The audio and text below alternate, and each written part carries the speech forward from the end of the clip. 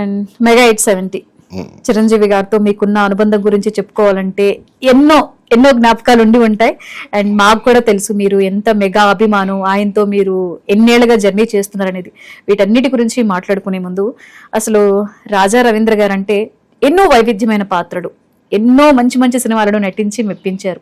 అసలు మీ కెరీర్ ఎప్పుడు స్టార్ట్ అయింది, ఎలా స్టార్ట్ అయింది అనేది మీ మాటల్లో తెలుసుకుందాం. నేను డెల్టా డిపార్ట్మెంట్లోనే మా పెద్దనాన్న గారు ఫ్యాక్టరీలో చెన్నై మార్కెటింగ్ మేనేజర్ కింద వెళ్ళా ఫస్ట్. అక్కడ నేను వెంపటి సింహాచలం గారి దగ్గర డ్యాన్స్ నేర్చుకున్నాను. అప్పుడు రోజు మెస్లో భోజనం చేస్తుంటే ఒక అసిస్టెంట్ డైరెక్టర్ చూసి, సార్ బాగున్నారు, ఇలా ఏదో సినిమా చేస్తున్నారు హీరోగా అంటే, నేను హీరో అంటే, లేదు సార్. వెళ్తే డైరెక్టర్ గారు లేరు, సాంబశివరావు అని ఈనాడు అవి తీశారు కృష్ణ గారితో. నేను విజిటింగ్ కార్డు ఇచ్చి వచ్చాను. మొన్నాడు ల్యాండ్ లైన్ ఫోన్ చేశారు. ఏంటి సార్ అంటే, రాగలుగుతారా చూసాను. నా పేరు రమేష్ అండి, అసలు పేరు. ఓకే. నన్ను చూసి ఎవడైనా నువ్వు అన్నారు. అదే సార్ మీరు ఫోన్ చేశారు కదా. ఏమో రమేష్ అంటే రమేష్ అరవింద్ అని కన్నడ హీరో అన్నాడు. తను అనుకున్నాను, నువ్వా సర్లే చూడటానికి బాగానే ఉన్నావు అని రేవతి గారి దగ్గర, రేవతి ఒప్పుకుంటే చేద్ది కానీ నువ్వు అన్న. ఓకే. రేవతి గారు చూసి కుర్రోడు బాగున్నాడు, నా క్యారెక్టర్ బాగుంది, ఓకే. అప్పట్లో ఆవిడ బాగా అప్పటికే డాన్స్ మాస్టర్ అవి చాలా సినిమాలు, కమల్ హాసన్ గారితో పెద్ద సినిమాలు చేస్తున్నారు ఆవిడ. ఆ తర్వాత మధు అంబట్కర్ కెమెరా అంజలి సినిమా చేశారు. ఆయన చూసి రేవతికి తమ్ముడులో ఉంటాడేమో, కొంచెం చిన్నడుగా ఉన్నాడు, అమ్మాయి పెద్దగా ఉంటుంది, ఉండవు రేవతి గారు ఒప్పుకుందా, నువ్వు మళ్ళీ ఫిట్టింగ్ పెట్టుకో సినిమా ఆగిపోద్దని డైరెక్టర్ గారు, ఆయనే ప్రొడ్యూసర్, ఆయనే డైరెక్టర్. అలా సినిమా మొత్తం మా ఊర్లో తీసాను. ఆ తర్వాత అది నేషనల్ అవార్డు వచ్చినాయి కానీ సినిమా రిలీజ్ అవ్వలే. 2 years అయింది సినిమా అయిపోయి. 2 years నేను మళ్ళీ నా ఫ్యాక్టరీ వర్క్లో ఉండే.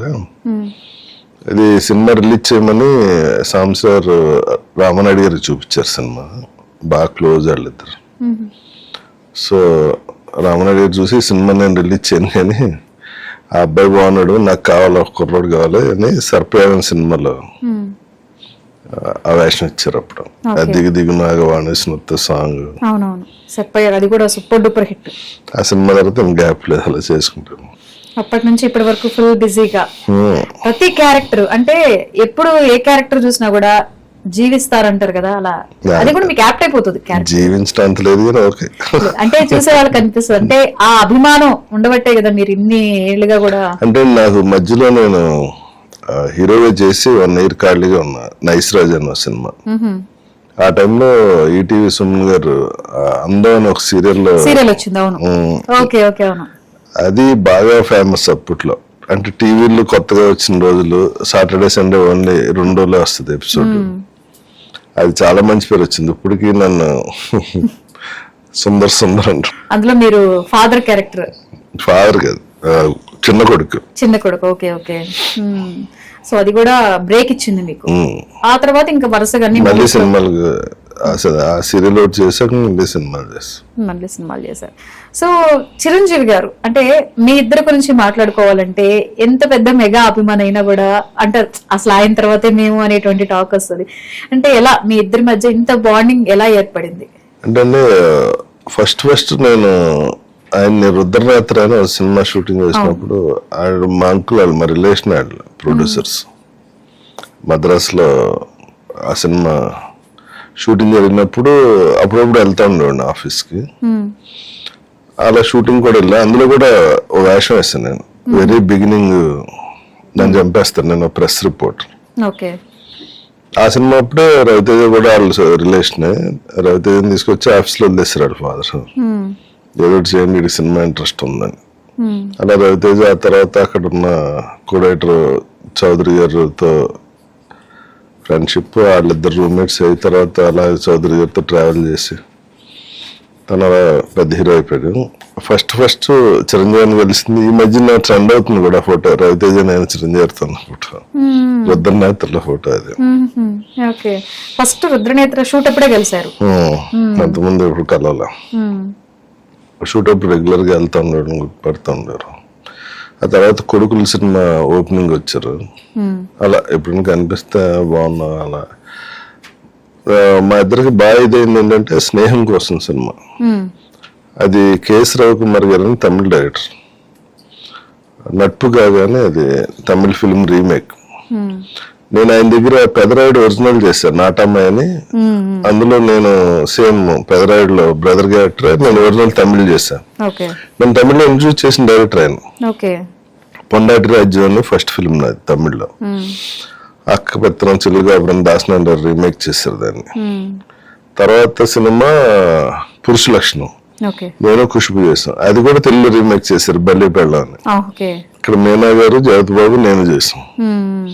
ఆ తర్వాత నాటమ్మాయి అది రీమేక్ చేశారు. ఆయన చేసిన సినిమాని రీమేక్ చేస్తాం, చాలా మంచి డైరెక్టర్. నేను పెదరాయుడు తర్వాత నాటమ్మాయి అప్పుడు ఇండస్ట్రీ షిఫ్ట్ అయిపోయింది హైదరాబాద్. నేను పెదరాయుడికి హైదరాబాద్ వచ్చాను. తర్వాత ఇది చిరంజీవి గారి సినిమా షూటింగ్.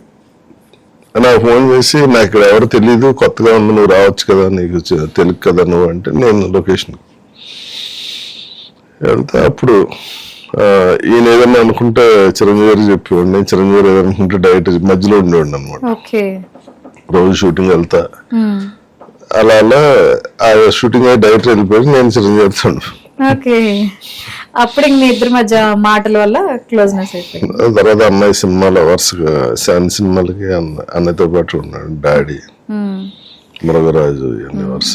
మీ ఇద్దరి మధ్య బాండింగ్ ఎలా ఉంటుంది? మనకి డ్రీమ్ ఆయన చూసి వచ్చాను ఇండస్ట్రీకి కూడా.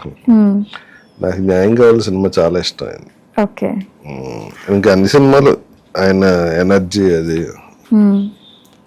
ఇంకా మన ఎవరికి ఫ్యాన్ అయితే ఆయనే మనకి, ఆయన కూడా ఉంటాం అంటే విచిత్రంగా ఉంటది. ఇప్పటికి నేలా నోరాల నుంచి వస్తుంటే ఇప్పటికి ఊరి నుంచి వచ్చినట్టు చాలా చిరాగ్గా ఉండాలి, చూడకుండా ఉంటారు.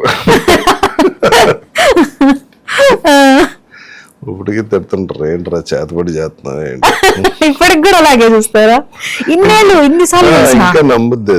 ప్లస్ అన్నతో ఎప్పుడు కొత్తగా ఉంటదండి. అసలు ఏదో కొత్త విషయం నేర్చుకోవటం, కొత్త విషయం గురించి డిస్కస్ చేయటం, వేరే సోది కవర్లు అలాంటివి ఏమి ఉండవు అసలు.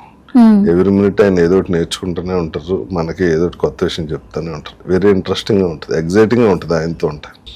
నెంబర్ ఆఫ్ మూవీస్ కదా మీ ఇద్దరు చేసింది? Number of movies, number of years together కదా.